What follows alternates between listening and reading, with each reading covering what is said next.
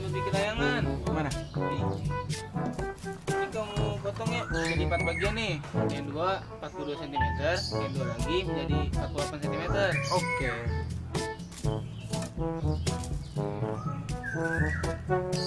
Dap, aku lupa beli benang. Lah kok bisa lupa? Ya udah suruh beli dah. Beli. Tapi kira-kira berapa sentimeter yang diperluin Beli, ya? beli aja sono. Banyak pasti.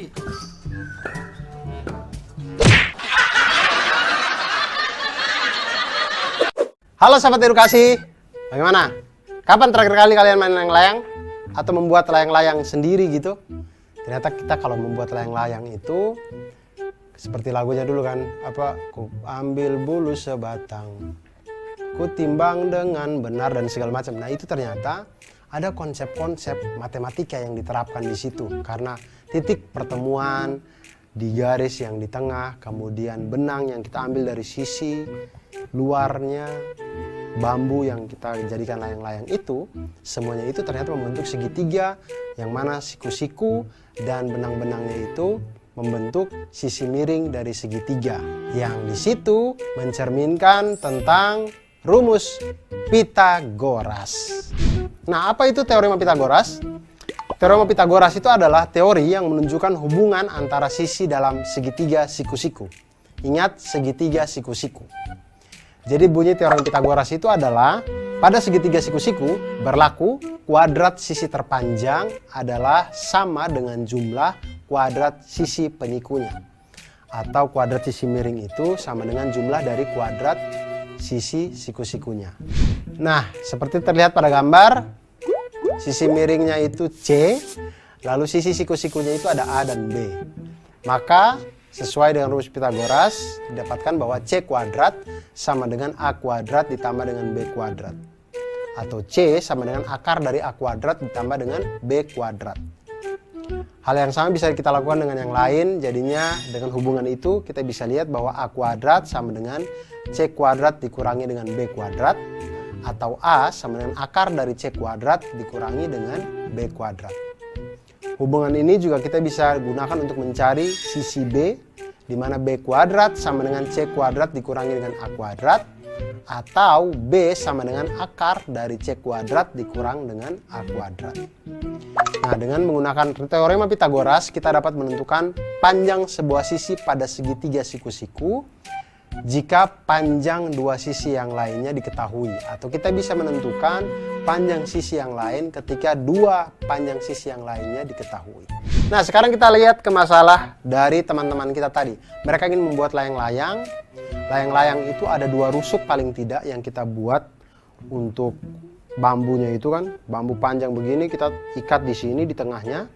Sekarang benang-benangnya ini yang mengelilinginya ini ditanya, kalau bambu yang panjangnya 48 cm menjadi dua bagian sama panjang, sedangkan bambu berukuran 42 cm terbagi menjadi 10 cm dan 32 cm. Pertanyaannya adalah, berapa banyak benang yang dibutuhkan untuk membuat layang-layang tersebut? Maka seperti yang sudah-sudah kita kumpulkan dulu yang kita ketahui. Kita ketahui bambu panjangnya 48 cm, dua bagiannya sama panjang, berarti ini bambu yang menjadi sayap nih. Makanya panjangnya sama. Kemudian ada lagi bambu berukuran 42 cm terbagi menjadi 10 cm dan 32 cm. Ini berarti bambu yang di tengah. Yang 10 cm yang biasanya di atas, 32 cm yang di bawah. Kita misalkan bambu dengan ukuran 48 cm yaitu panjangnya itu PR, dan bambu dengan ukuran 42 cm panjangnya SQ.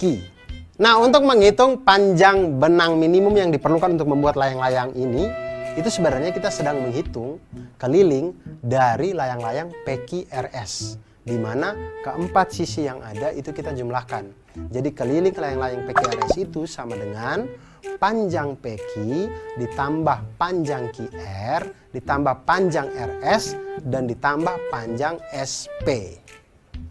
Nah, kita lihat, tinggal misalkan panjang PS. Kita dapatkan panjang PS dari mana? Dengan teorema Pitagoras, di mana PS itu adalah hipotenusanya atau sisi miringnya. Kemudian sisi siku-sikunya itu adalah PT dan TS. Maka kita masukkan PS kuadrat sama dengan PT kuadrat ditambah dengan TS kuadrat. sama dengan 24 kuadrat tambah 10 kuadrat, sehingga diperolehlah PS sama dengan 26 cm. Kemudian PQ. PQ itu sisi miring dengan sisi siku-sikunya 24 atau PT dengan TQ. Kita lihat PQ kuadrat sama dengan PT kuadrat ditambah dengan TQ kuadrat sama dengan 24 kuadrat ditambah dengan 32 kuadrat, sehingga diperoleh PQ sama dengan 40 cm. Maka keliling layang-layang PQRS itu sama dengan 2 kali 26 cm ditambah dengan 40 cm. Sama dengan 132 cm. Jadi banyaknya atau panjang minimum benang yang kita butuhkan untuk membuat layang-layang PQRS adalah 132 cm. Nah, sahabat edukasi, itu tadi pengawalan tentang Pitagoras. Ternyata dari Pitagoras kita bisa menghitung atau kita bisa mengetahui hubungan antar sisi-sisi di dalam sebuah segitiga siku-siku. Dari Pitagoras juga kita akan belajar tentang banyak hal, dan dengan ilmu matematika kita menjadi insan yang lebih baik dan insan yang mantul. Manfaat betul.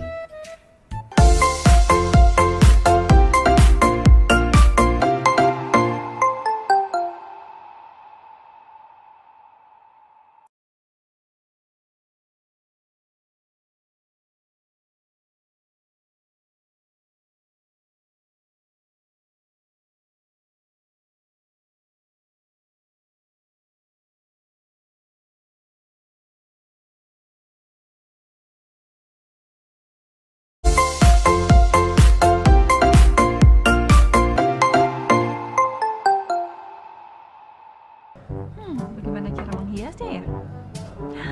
Hasan, Hafiz, sini.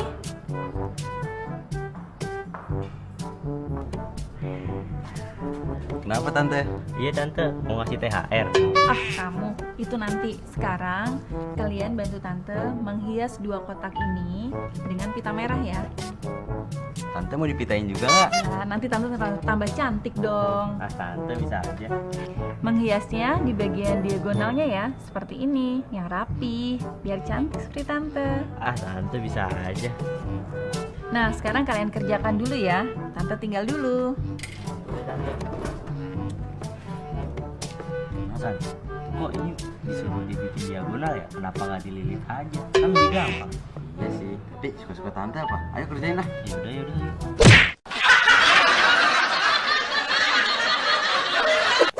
Ya sahabat edukasi, itu tadi ada tante kita ya yang minta bantuan untuk membuat atau menghias kotak-kotak ini dengan pita. Nah, masalahnya adalah menghias kotak dengan cara menempelkan pita sepanjang diagonal sisi. Artinya semua diagonal sisinya itu harus ditempelin pita. Sedangkan satu sisi itu kan mempunyai 2 diagonal. Dua-duanya ini harus ditempeli pita semuanya. Lebih jelasnya perhatikan sketsa berikut. Nah, jika kita ambil bagian atas kado, maka akan tampak seperti ini.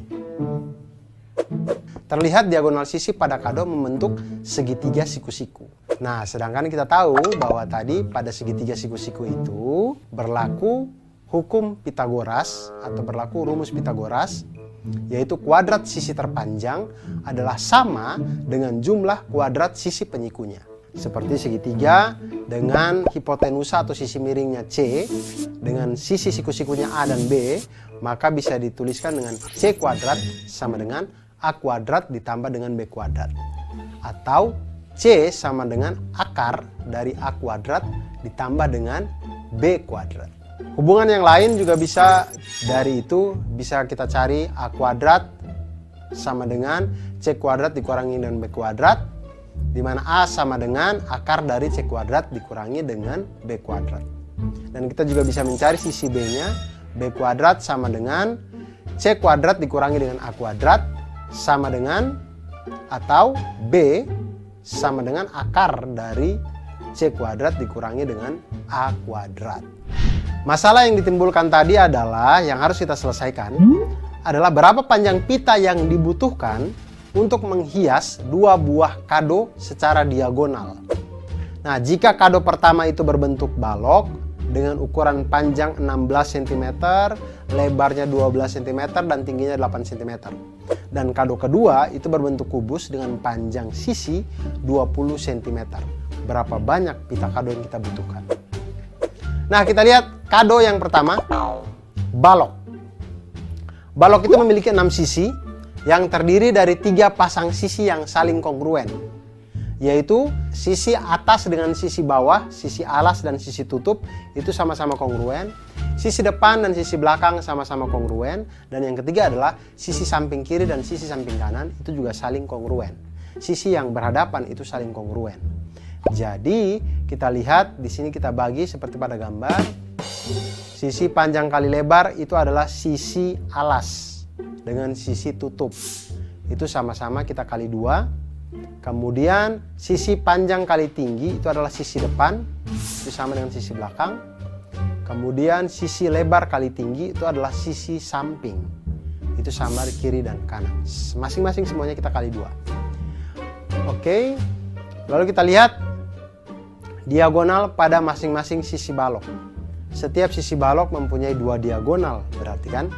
Nah, diagonal sisi yang pertama itu adalah diagonal sisi yang pertama didapatkan dari akar dari P kuadrat ditambah dengan L kuadrat. Sama dengan 16 kuadrat ditambah dengan 12 kuadrat sama dengan akar dari 400 sama dengan 20 cm.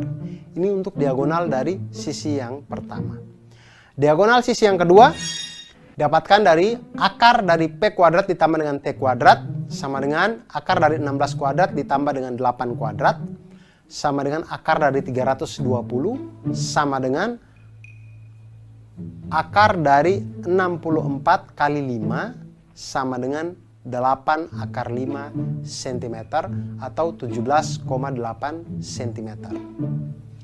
Kemudian diagonal sisi yang ketiga yaitu akar dari T kuadrat ditambah dengan L kuadrat sama dengan akar dari 8 kuadrat ditambah dengan 12 kuadrat sama dengan akar dari 208 sama dengan akar dari 16 kali 13 sama dengan 4 akar 13 cm atau 14,4 cm. Nah, kita lihat sahabat edukasi, banyaknya pita yang dibutuhkan untuk masing-masing sisi itu 2. Karena satu sisi ada satu diagonal sini, satu diagonal gini. Diagonal saling menyilang sehingga selalu ada 2 diagonal di setiap sisi. Nah, karena balok itu memiliki 3 pasang sisi yang kongruen, maka banyaknya pita secara keseluruhan adalah 2 kali 2 buah untuk diagonal yang pertama, 2 kali 2 buah untuk diagonal yang kedua, dan 2 kali 2 buah untuk diagonal yang ketiga. Jadinya totalnya semuanya 4 kali 3 sama dengan totalnya 4 kali 3 sama dengan 12 diagonal. Nah, kita lihat diagonal sisi yang pertama ada 20 cm, diagonal sisi yang kedua 17,8 cm, dan diagonal sisi yang ketiga ada 57,6 cm. Maka banyaknya pita yang dibutuhkan adalah 2 kali 2 buah untuk diagonal yang pertama, maka 4 kali 20 cm sama dengan 80 cm. Kemudian untuk diagonal yang kedua itu ada 2 kali 2 buah juga, jadi 4 kali 17,8 cm sama dengan 71,2 cm. Kemudian untuk diagonal yang ketiga kita lihat ada 2 kali 2 buah juga, jadi 4 kali 14,4 cm sama dengan 57,6 cm.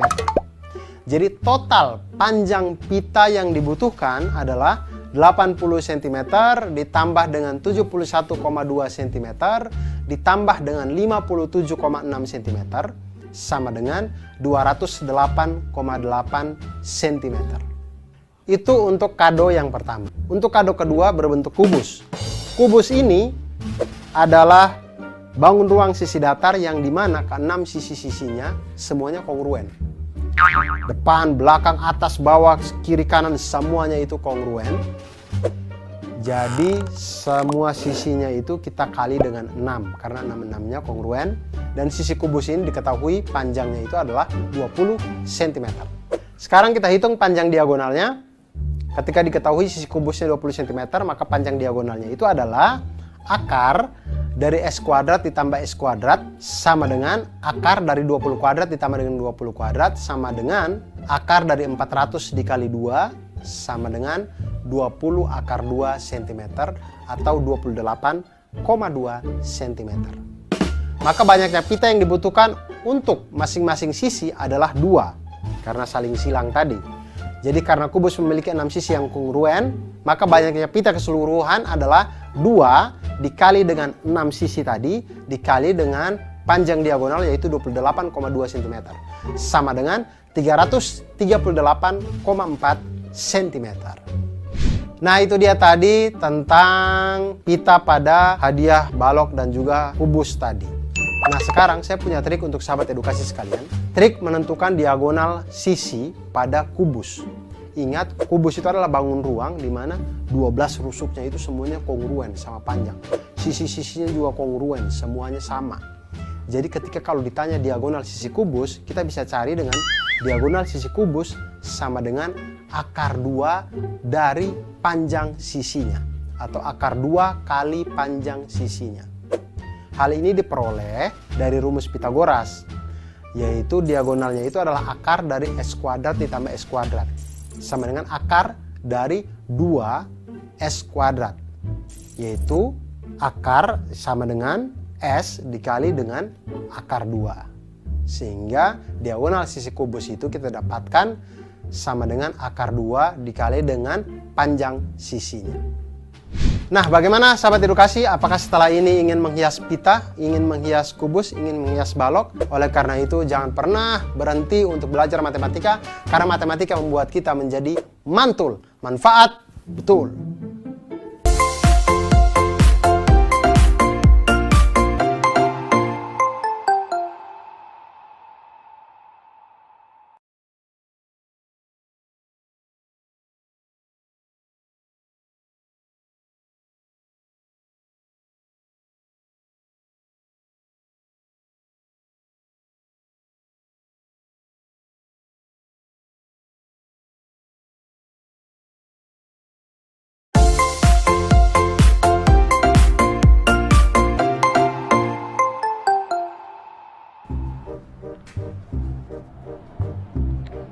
Mah, gimana nih, Mah? Udah siang nih, Mah. Jadi berangkat gak? Iya jadi, tapi anak-anak kemana? Gak tahu kemana mereka. Ah, ini dia. Lama amat sekalian. Aduh.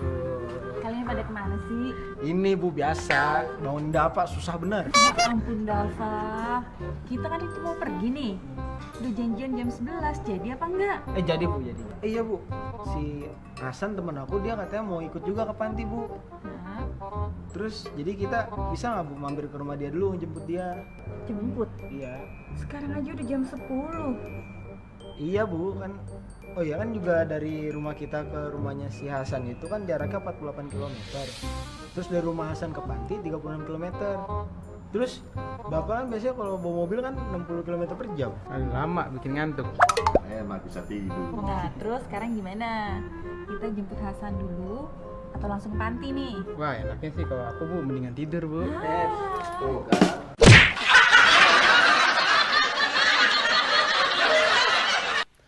Halo sahabat edukasi, bagaimana menurut kalian? Semisal ayah yang tadi itu, kalau dia pergi ke rumahnya temannya dulu, apakah ayah bisa hadir di panti asuhan itu tepat waktu? Saya juga tidak tahu, oleh karena itu mari kita coba hitung ya. Tapi ini luar biasa ya. Kalau kita lihat dari gambar ini, kita lihat di situ, rumah ayah ke panti asuhan, kemudian rumah ayah ke tempatnya Pak Denny, ini semuanya ini membentuk segitiga. Saya berpikir ini dia tinggal di mana sampai jalannya bisa selurus itu ya. Kok bisa membentuk segitiga siku-siku? Ini dia hidup di dunia mana ya rumah ayah ini ya? Ya, tapi itu dia matematika. Matematika itu memang bisa membuat sesuatu menjadi lurus.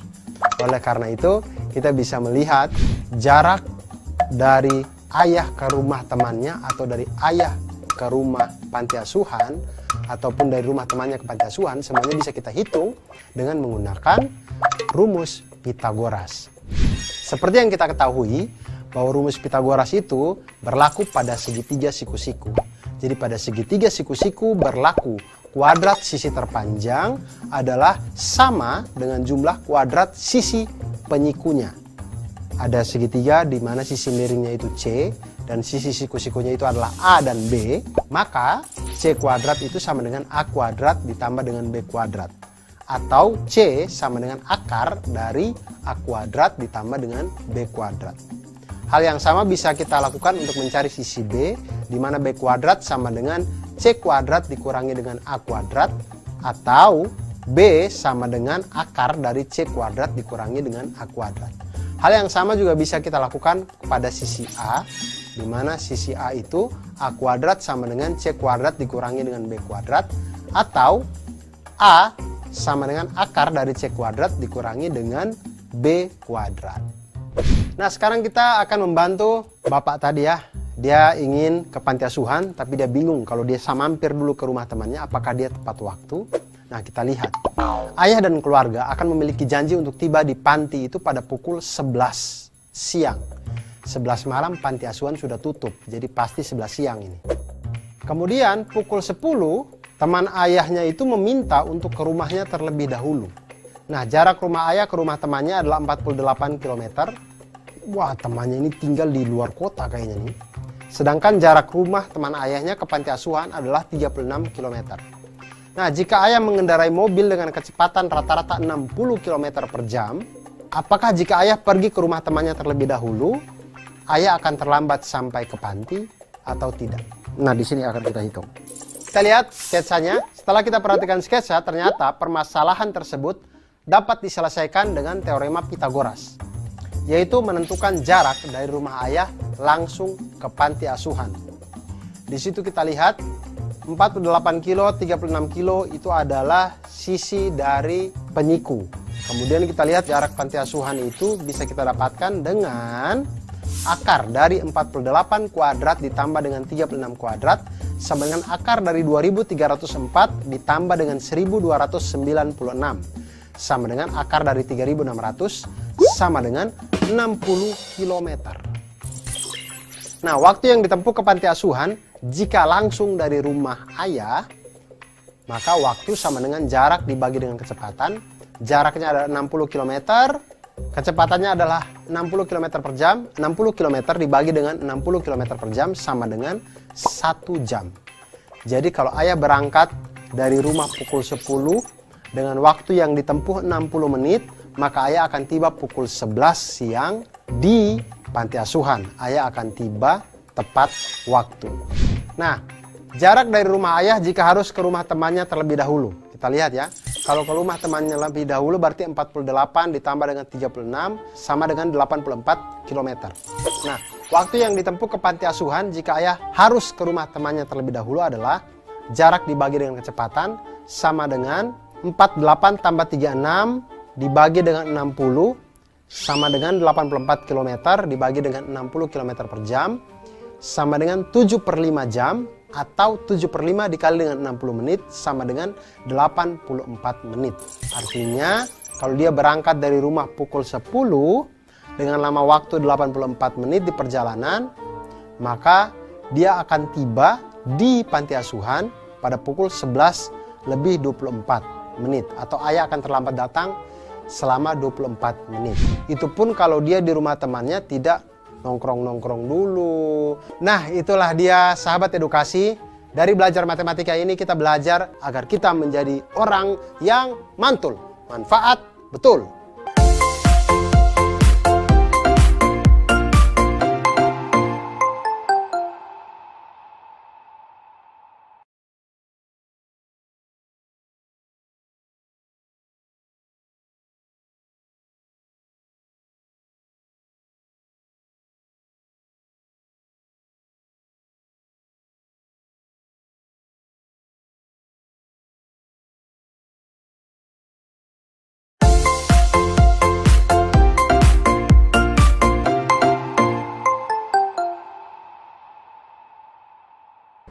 Ya adek-adek kita berkumpul. Kandang ngumpul, Kak. Iya makanya suruh berkumpul.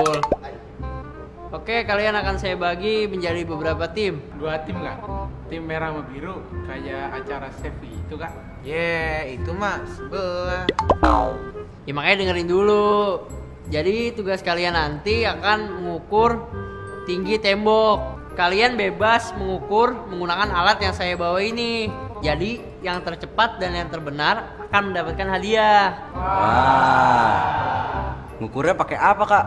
Ya pakai inilah, masa pakai jari. Jadi kalian mengukur pakai alat ini. Setelah kalian mau kayak gimana, yang penting alatnya pakai alat ini. Siap semua? Siap. Mantap. Itu kita ngitung ngukurnya manjat tembok baru ngukur pakai penggaris sama meteran atau gimana dah? Nggak tahu dah. Tahu dah. Nggak tahu dah. Tahu dah.